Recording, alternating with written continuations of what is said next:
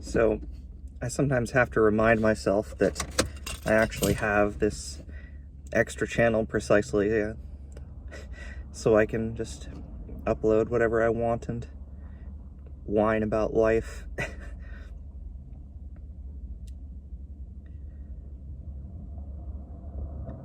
But of course I don't, because half the reason I like to whine to YouTube is, well, one, although I've never had any expectation of making money on YouTube, I have always had an expectation of getting attention, which, you know, in my opinion isn't all bad, but some of it is just, you know, ego, wanting to be seen and heard, because it just makes me feel nice.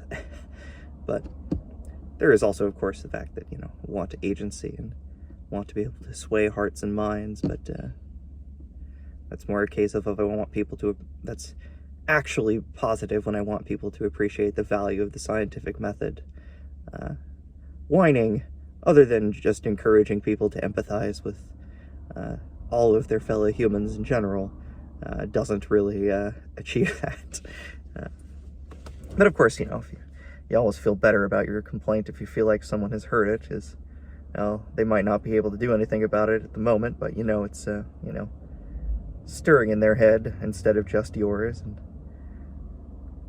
that's why it's always a comment that's easier to solve other people's problems than your own. It's not entirely true, but it's not entirely untrue.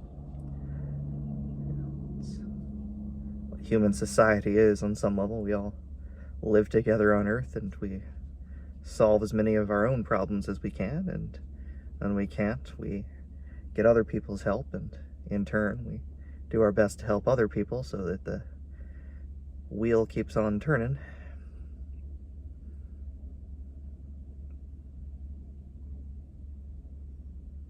Not that it's all quid pro quo, value in helping people without any expectation of anything in return.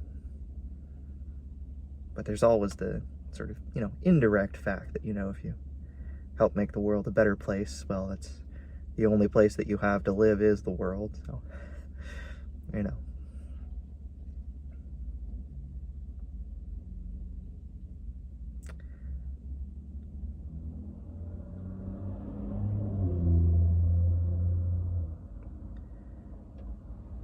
I kind of have to figure out what I'm going to do about, well, just about everything.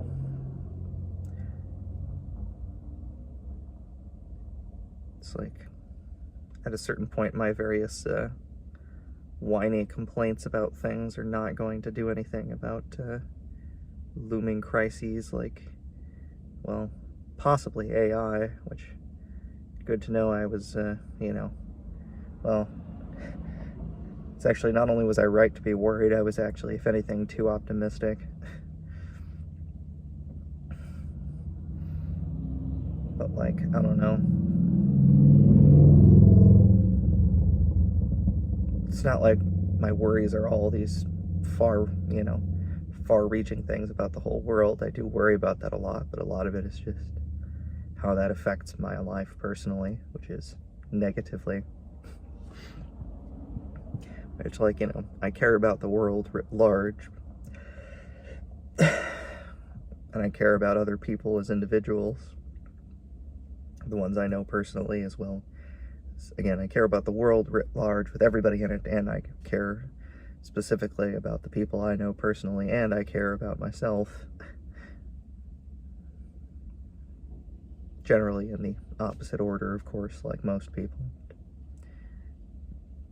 I think it's, I don't think you can really separate any of those. We're all a part of this, whatever it is. Civilization, history.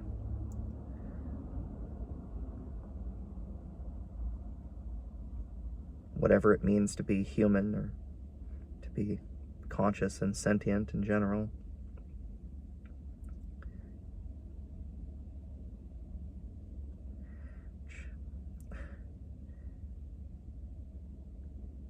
I should probably just talk about this more in therapy, but I I'm stuck with this feeling that, like, if I don't do something dramatically successful, I'll never be happy. And a lot of that is this sort of self-imposed pressure. A lot of it is this sort of culture we have that's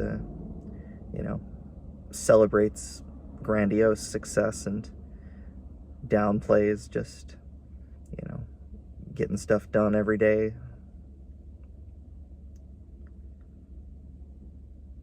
But a lot of it is that, I don't know,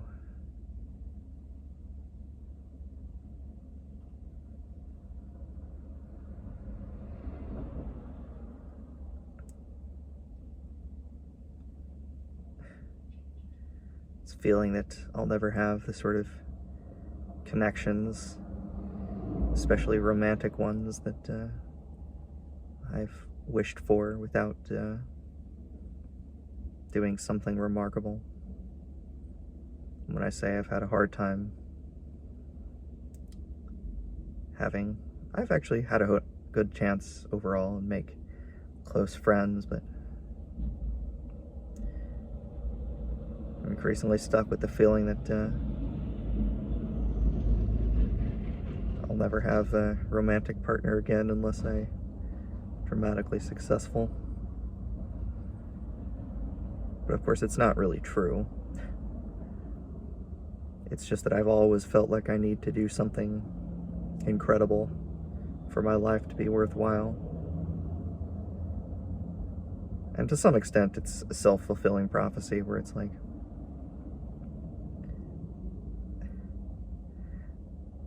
most people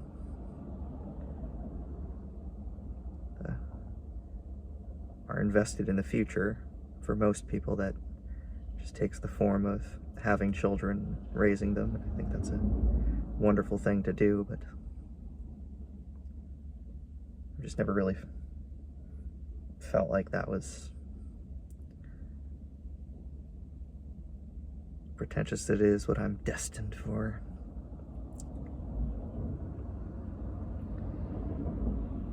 I'm supposed to do something scientific, technological.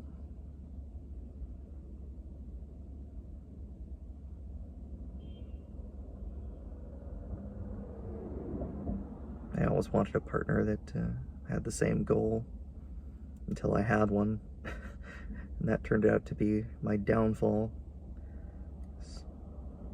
My quote-unquote bad ex was not a bad person, just a bad influence.